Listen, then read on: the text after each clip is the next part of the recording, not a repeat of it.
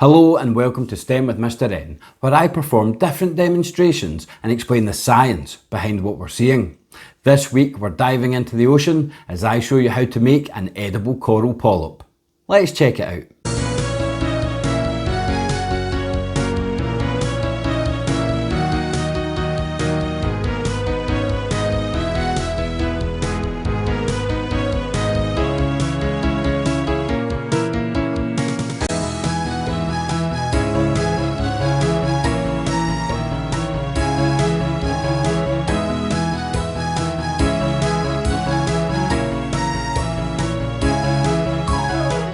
I'm sure you'll all have heard of coral and possibly even seen pictures of coral reefs. Coral is made up of individual parts called polyps which grow together in colonies, and these can either be hard or soft depending on the type. But is coral a plant, animal or something else? We're going to answer that question together as I show you how to make an edible coral polyp. To do this you will need some crackers, a banana cut up into thirds or quarters, some jam, some strawberry laces, a toothpick and some sugar sprinkles. The first thing I'm going to do is peel a section of banana and stand it up in the centre of the plate, and this represents the living tissue of the coral polyp. Corals have a mouth and a blind gut, which means food and waste enter and exit through the same hole. I'm going to use my straw to poke a hole down through the centre of the banana, but making sure I don't go all the way through because a polyp only has a hole at one end. I'm going to use my cocktail stick to poke 6 holes into the banana surrounding the central mouth.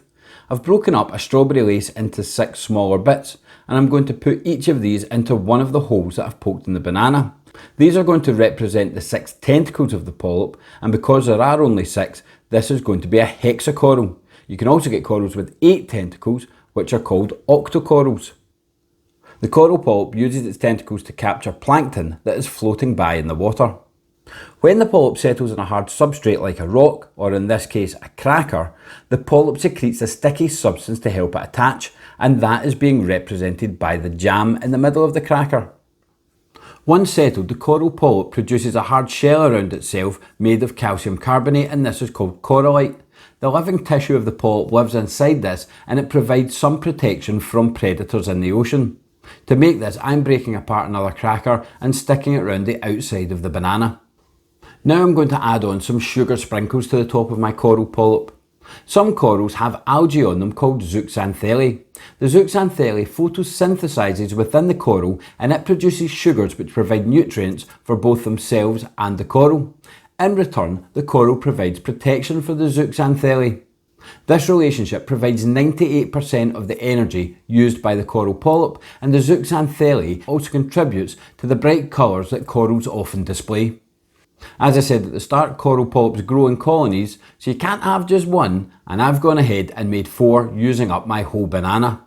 Now that you've learned all about coral polyps while making your own one, or hopefully your own colony, we can answer that question from the start of the video. Is coral a plant, animal or something else?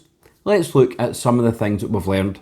It eats other organisms by catching them with its tentacles. It does not have plant parts, and it cannot make its own food from the sun's energy without the help of zooxanthellae. That means that coral polyps are an animal, and therefore coral reefs are a collection of coral polyps because, as we've learned, they live in a colony and they grow together. Coral reefs are very important for the marine ecosystem as they are home to around 1/4 of all marine species and are an important nursery for many fish species.